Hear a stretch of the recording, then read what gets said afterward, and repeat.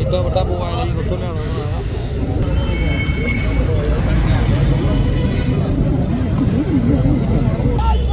ऊपर कौन चढ़ता है?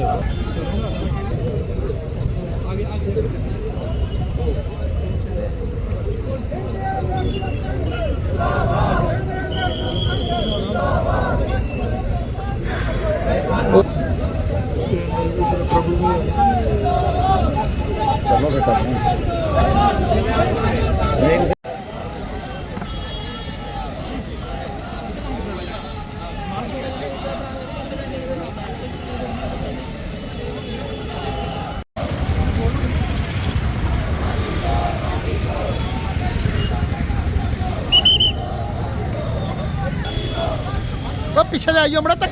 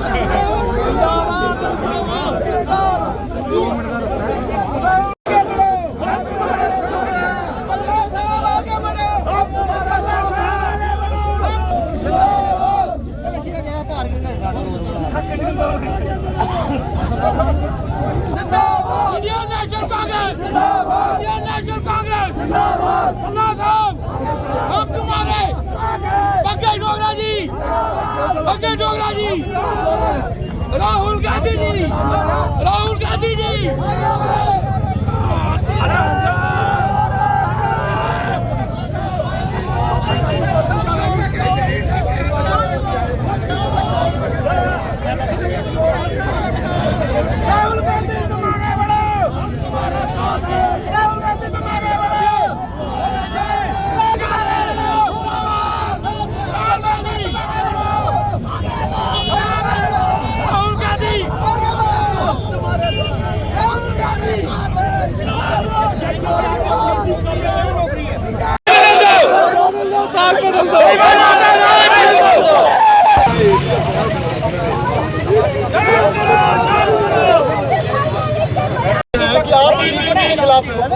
सत्यपाल मलिक के बयान हैं, वहीं गुलाम नबी आजाद का बयान है कि राहुल गांधी किसी की नहीं सुनते। उनके बयान करने के क्या फायदा? उनको 40 साल तो 40 साल उन्होंने जो अपनी किताब लिखी है उसमें लिखा कि जब मैंने G23 की चिट्ठी दी तो राहुल का कहना था कि चिट्ठी मोदी के घर से आई है। तो आज जो उनके आंसू बह रहे हैं, जो कल तक ये कहते थे कि मोदी साहब बदले की भावना से काम नहीं करते, उन्होंने अपनी पीठ थपथपानी है, क्योंकि उनको बंगले भी चाहिए, सुरक्षा भी चाहिए। उनका कहने का क्या है, उनको कहने पे इतना वजन हम लोगों को नहीं देना चाहिए। उनका असली चेहरा लोगों के सामने यहाँ पे आ गया। और आज के दिन पे जब सत्यपाल मलिक ने ये बयान दे दिया कि वो शहीदों की शहादत बच सकती थी अगर एयरक्राफ्ट देते, आज आज़ाद साहब से पूछे पे आज वो बदले की भावना नहीं तो क्या? आज राहुल गांधी जी की सदस्यता रद्द होने के बाद उनके क्वार्टर खाली होते तो ये MP किस खाते में यहाँ पे है?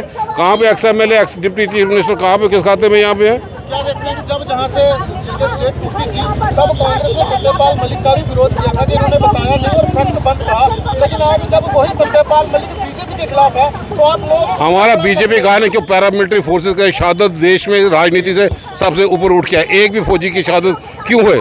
आज मैं समझता हूँ जिस ढंग से लाइटरी लिया गया और राजनीति रोटियां सेकने के माध्यम से हम उन चीज़ों का यहाँ पे विरोध करने के लिए यहाँ पे सड़कों पे उतारू हुए हैं। जम्मू 370 हटी 35 से हटी, सत्यपाल मलिक उस पर क्यों कुछ नहीं बोलते? क्योंकि वो ये आप वो क्या बोलते वो जो बोलते हैं हम जो सामने अभी तथ्य हैं उनका एक एक करके विरोध करेंगे। हर एक चिट्ठी हर एक पन्ने को लिहाज से पढ़ते पढ़ते हर जगह पे वो प्रदर्शनों का सिलसिला जारी रहेगा। जम्मू कश्मीर में लोकतंत्र की हत्या इसलिए हम देखते हैं कि वो यहाँ पे 9 साल से हमारी सरकार को ही नहीं हमारा रियासत का दर्जा छीना गया, हमें स्टेट सब्जेक्ट छीना के डोमिसाइल हाथों में दिया गया। आज यहाँ पे बेरोजगारी चरम सीमा पे है, टूरिस्ट इंफ्रास्ट्रक्चर जम्मू में दिखाई नहीं देता, टोल प्लाजों की बौछार यहाँ पे लगा दी गई और टैक्स वसूलने वाली सरकार यहाँ पे आई, प्रॉपर्टी टैक्स से भी पीछे नहीं हटे। पुलवामा अटैक में सिक्योरिटी एडवाइजर और पीएम की भूमिका किस तरह से देखते हैं? जो भी लोग हों इसलिए हम जांच की मांग करते हैं कि जांच यहाँ पे हो, तथ्य लोगों के सामने है। सत्यपाल मलिक साहब झूठ बोलते हैं तो उनके खिलाफ कार्रवाई हो, लेकिन देश में जो जिन लोगों ने शहादत दे दिया उसका सम्मान हम लोगों को यहाँ पे करना है। और ये भाजपा का असली चेहरा लोगों के सामने है। सिर्फ मोदी नहीं, सारे भाजपा के अंतर्गत माफ़ी मांगे हिंदुस्तान में और पुलवामा में आने वाले दिनों में देखेंगे। अगर ये जाँच का नहीं इन्होंने यहाँ पे की तो हम पुलवामा की तरफ कूच करेंगे जहाँ पे बेगुनाह लोगों ने शहादत यहाँ पे दी है।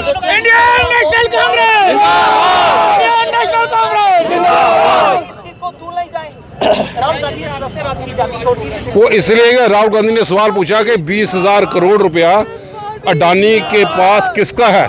आप रिया चक्रवर्ती के हाथ में 10 ग्राम हीरोइन नशे की तस्करी तो मीडिया ट्रायल होता है। अब एयरपोर्ट अडानी के 3-3 हज़ार किलो की चीज़ें पकड़ी जाती हैं तो कोई वहाँ पे सुनाई कहीं नहीं। आज ये चुप्पी क्यों साधे हुए हैं, ये सारे ही चिंता का विषय है। लेकिन हमें चाहिए कि जल्द से जल्द लोकतंत्र की बहाली यहाँ पे हो, जम्मू कश्मीर में चुनाव की घोषणा करें ताकि लोग चुने हुए नुमाइंदे लोगों के बीच में जाके लोगों की मुश्किलों को सुने, उनका समाधान कर पाए।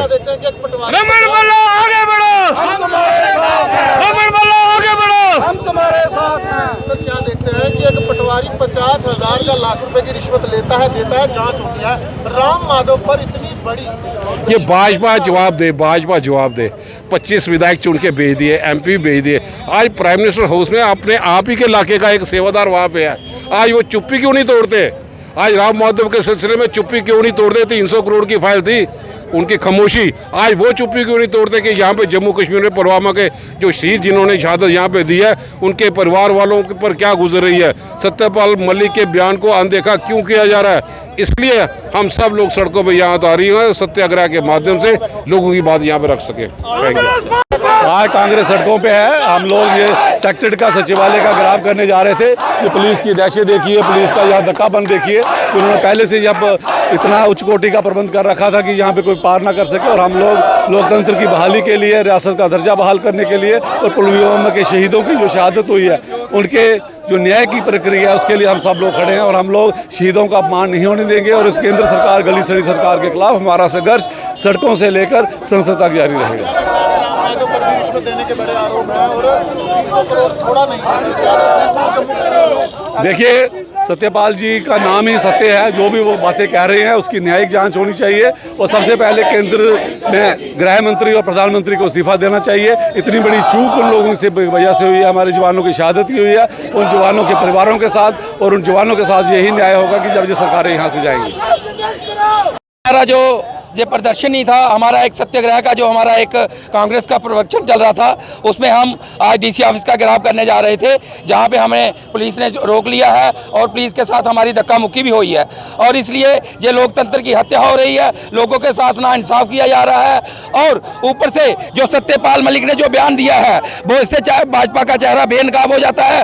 भाजपा इस बात को छुपाना चाहती है। मैं आपसे मीडिया के माध्यम से ये कहना चाहता हूँ कि सत्यपाल मलिक जी का जो बयान है उसकी जांच होनी चाहिए और सच का सच सामने आना चाहिए, ताकि भाजपा को ये पता लग सके कि इसका जो चेहरा है वो कहां पे छुपा हुआ है और लोगों के साथ खिलवाड़ हो रहा है और लोकतंत्र को हत्या की जा रही है लोकतंत्र की। और भाजपा जो है इस पे चुप्पी साधे हुए है। मैं भाजपा से ये पूछना चाहता हूं कि आप लोग ये बताएं कि जो पुलवामा में अटैक हुआ, जो सत्यपाल जी ने मलिक ने बयान दिया, जो भ्रष्टाचार के खिलाफ आपके बयान है, वो कहां छुपा रहे हैं आप? छोटी छोटी बातों पर आप CBI लाते हो, जहां क्यों CBI नहीं ला रहे हो आप? और क्यों CBI नहीं आ रहे रही है। यहाँ पे लोगों के साथ धोखा और अन्याय कर रहे हो, लोगों को गुमराह कर रहे हो, और इसलिए बीजेपी का चेहरा जो है वो आने वाले दिनों में बेनकाब हो जाएगा और बीजेपी सत्ता से बाहर होगी और कांग्रेस सत्ता में होगी।